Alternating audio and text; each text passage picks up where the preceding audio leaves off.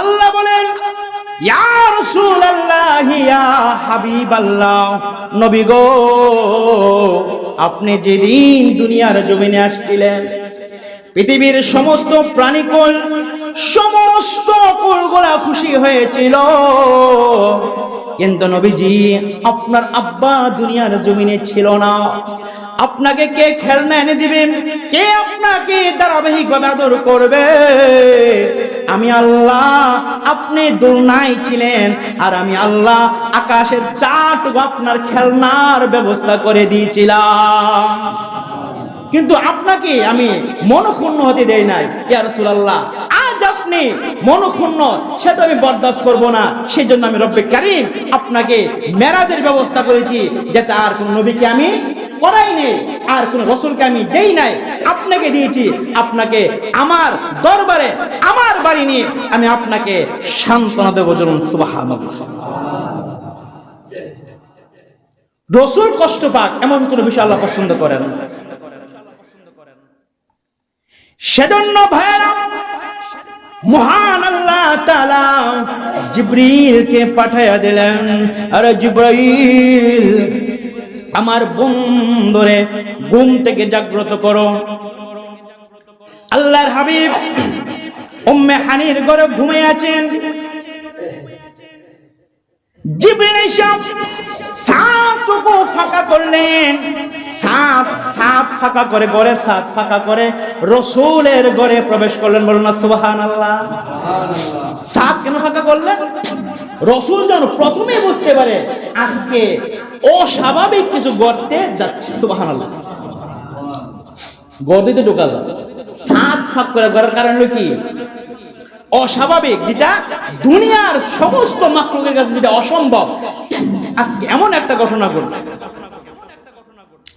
আমার বন্ধুরা, আল্লাহর হাবিবের ঘরে জিবরাইল সাত ফাঁকা করে ঢুকি আল্লাহর হাবিবকে নিয়ে কাবার চত্বরে চলে গেলেন। রাসূল বলেন, আমার চোখের মধ্যে এখনো ঘুম ঘুম বাবা, আমি শুয়ে পড়লাম। অমনি করে জিবরিল আলাইহিস সালাতু ওয়াস সালাম আমার সিনা মুবারককে ছিঁড়ে ফেললেন, বক্ষ বিদারণ করলেন। এটা রাসূলের কয়েকবার হয়েছিল, ছোট থাকতে হয়েছে, এটা কয়েকবার হয়েছে। যাই হোক, জুমাতে সবকিছু বিস্তারিত বলা যায় না। রাসূলের এই বক্ষ বিদারণ করে রাসূল বলেন, জিবরিল একটা স্বর্ণের পেয়ালা দিয়া ঈমান এবং হিকমত, যেটা আমি যেহেতু আল্লাহর বাড়িতে যাব, ওরকম একটা মানে অবস্থান যেন আমাকে আমার সৃষ্টি হয় আর কি। আমার মানে কলবটা বাইরে করে আবে জমজম দিয়ে দৌত করলেন। কি দিয়া? আবে জমজমের পানি দিয়া দৌত কইরা, এবং আমার অন্তরের ভিতরে, আমার দিলের মধ্যে, মানে আমার বক্ষের ভিতরে কি করলেন? ওই স্বর্ণের পেলা থেকে কি যেন দুইটা জিনিস দিয়া, আবার আগের মতো কইরা দিলটা আগের জায়গায় লাগায়া আগের মতো করে আবার সেলাই করে দিলেন। বলুন সুবহানাল্লাহ। যেটা বলে ওপেন হার্ট সার্জারি, যেটা বলা হয় আর কি, ওপেন হার্ট সার্জারি, এটা হচ্ছে বক্ষ বিদারণ করা। আমার বন্ধুরা, লম্বা চূড়া ঘটনা। আল্লাহর হাবিব কি এইখান থেকে আল্লাহ বলেন সুবহানাল্লাযী আসরা বিআবদিহি লাইলাম মিনাল মাসজিদিল হারাম ইলাল মাসজিদিল আকসা।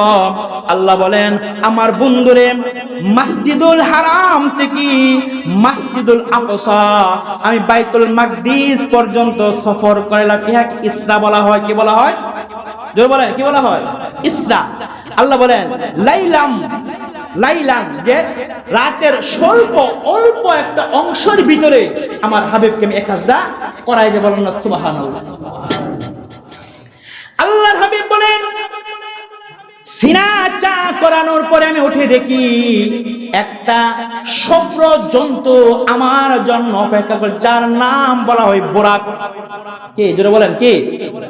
মানে আরবি শব্দ বারকুন। বারকুন মানে কি? বিদ্যুৎ। এই জন্তুটা এত স্পিড ছিল, এটা যতটুকু চোখে দেখতো ততটুকু এক লাফে যেতে পারতো। সুবহানাল্লাহ। এত দ্রুত গতি ছিল। আল্লাহর হাবিব ওই বুরাকের মধ্যে যখন উঠতে যাইবেন এমন সময় বুরাকটা পাগলামি শুরু করে দিয়েছে। আল্লাহু আকবার। জিবরাইল বলেন, বুরাক রে, কেন এমন শুরু করেছো? এমন একজন ব্যক্তি তোমার মধ্যে আরোহণ করবে, আল্লাহর পরে যার সম্মান। সুবহানাল্লাহ। বুরাক শুনে লজ্জিত হয়ে গেল। আসলে বুরাকটা কেন পাগলামি করছে? সে খুশিতে পাগলামি করতে, আল্লাহু আকবার, আমি কখনো ভাবিনি আল্লাহর পয়গাম্বর, যিনি আল্লাহর পরে যার সম্মান, সে ব্যক্তিটা আমি বুরাকের উপর সওয়ার হবে। সুবহানাল্লাহ। এই বুরাকটা আল্লাহর হাবিবকে নিয়ে স্বল্প সময়ের ভিতরে নবীজি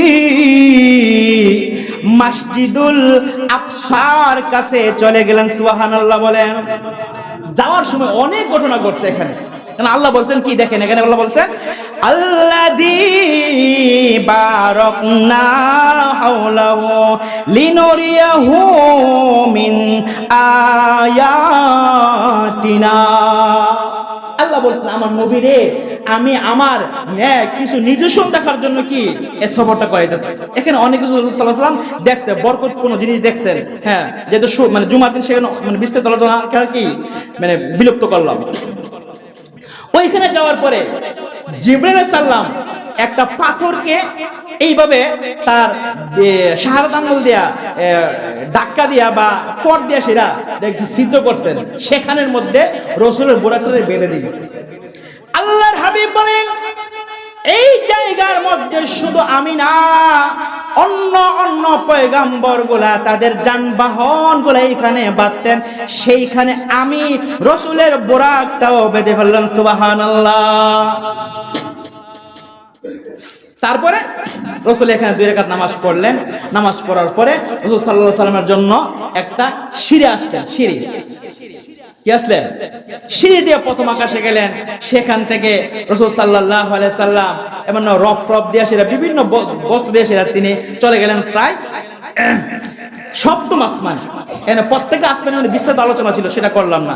রাসূল গিয়ে দেখেন সপ্তম আকাশে গিয়ে দেখেন আমাদের আদি পিতা না আমাদের জাতির পিতা ইব্রাহিম আলাইহিস সালাতু ওয়াস সালাম।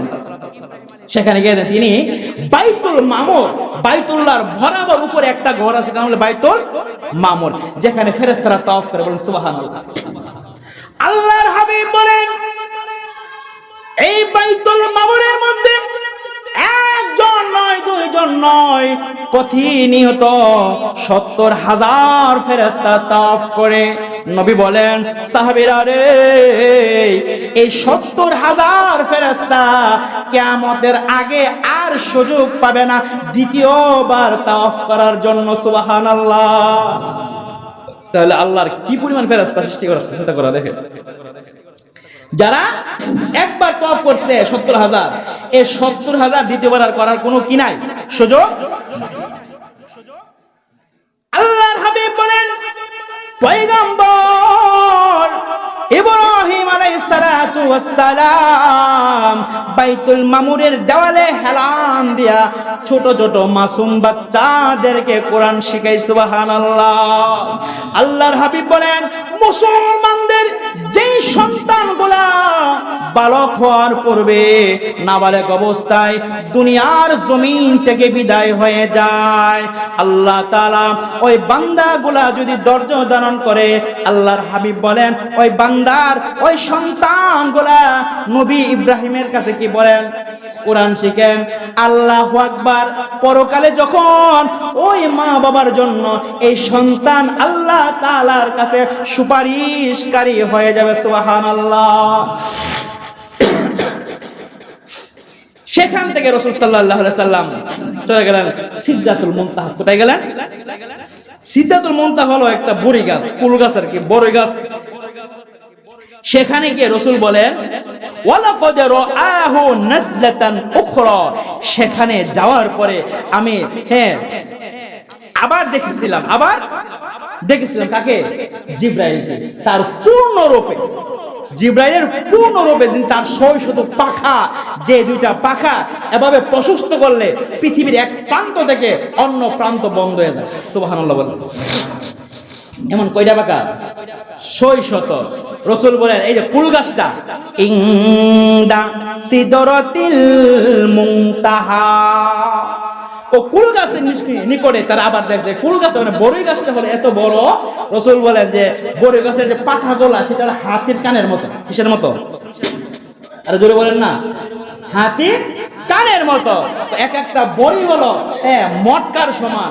মুফাসসিরিনে কেরাম বলে যে ওই যে বড়িটা যদি দুনিয়ার পাল্লা পাটকা দা মাপ দেওয়া হয়, এক একটা বড় 12 মণ করে, 12 মণ করে। কেমন করে?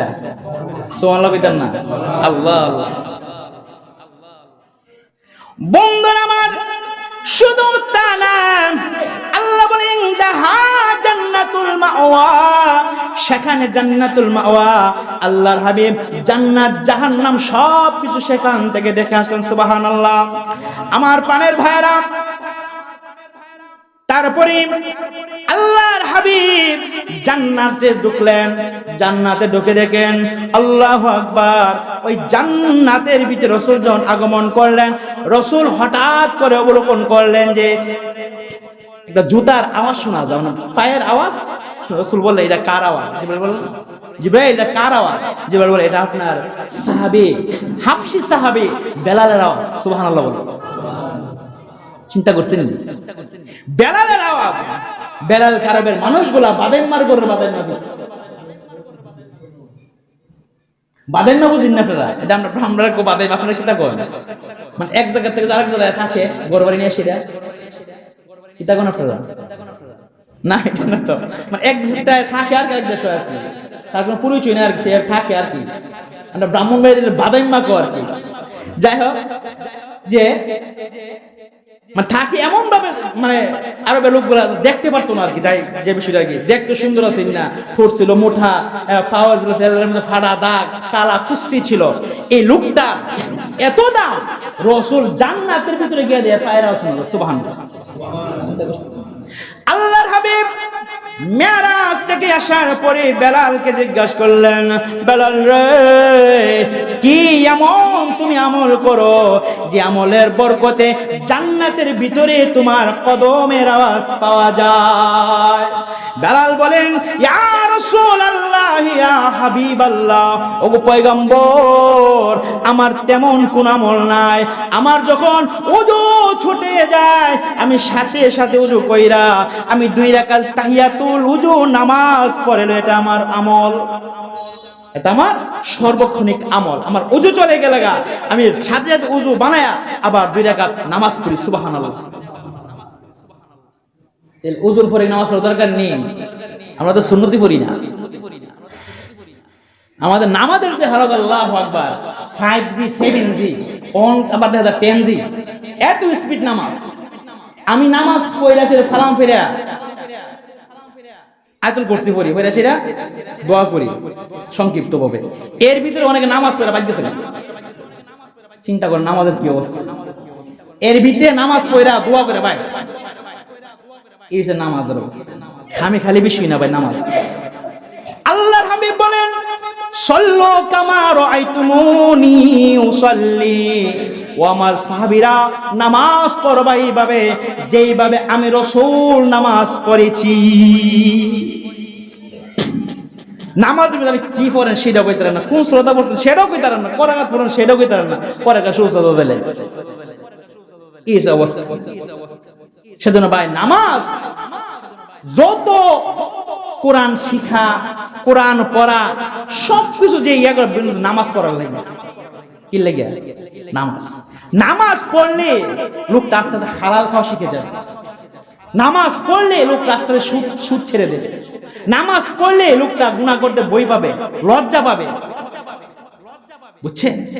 সে নামাজের কোনো তামাশা শুরু হইছে।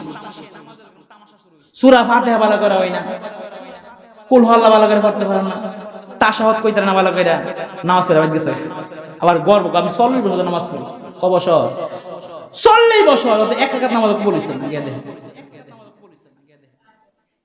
কারণ নামাজের 1 নাম্বার শর্ত কি? নামাজ ভঙ্গের কারণের 1 নাম্বার কারণ নামাজ অশুদ্ধ পড়া। নামাজ অশুদ্ধ পড়া, যেটা আমাদের অধিকাংশ মানুষের অবস্থা।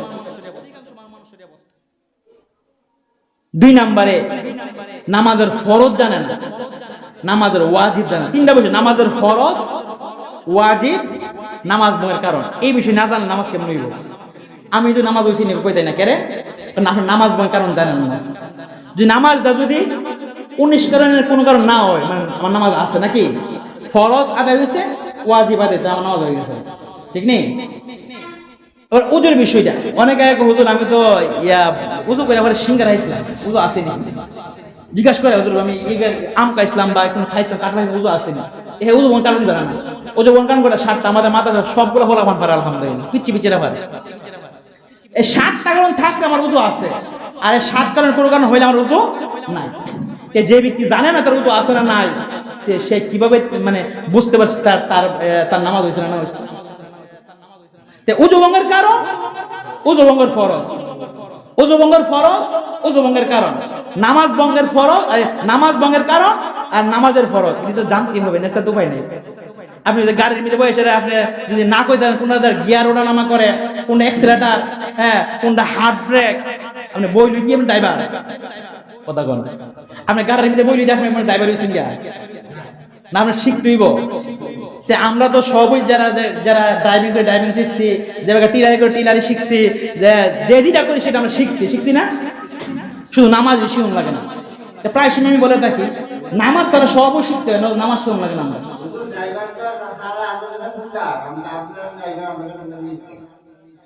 আরে আপনার নামাজ পড়েন না, নামাজ আপনি ড্রাইভার না, কি তাতে নেই যে তোমার নামাজ পড় গাড়ি আমাদের পরিচালনা করতেছেন।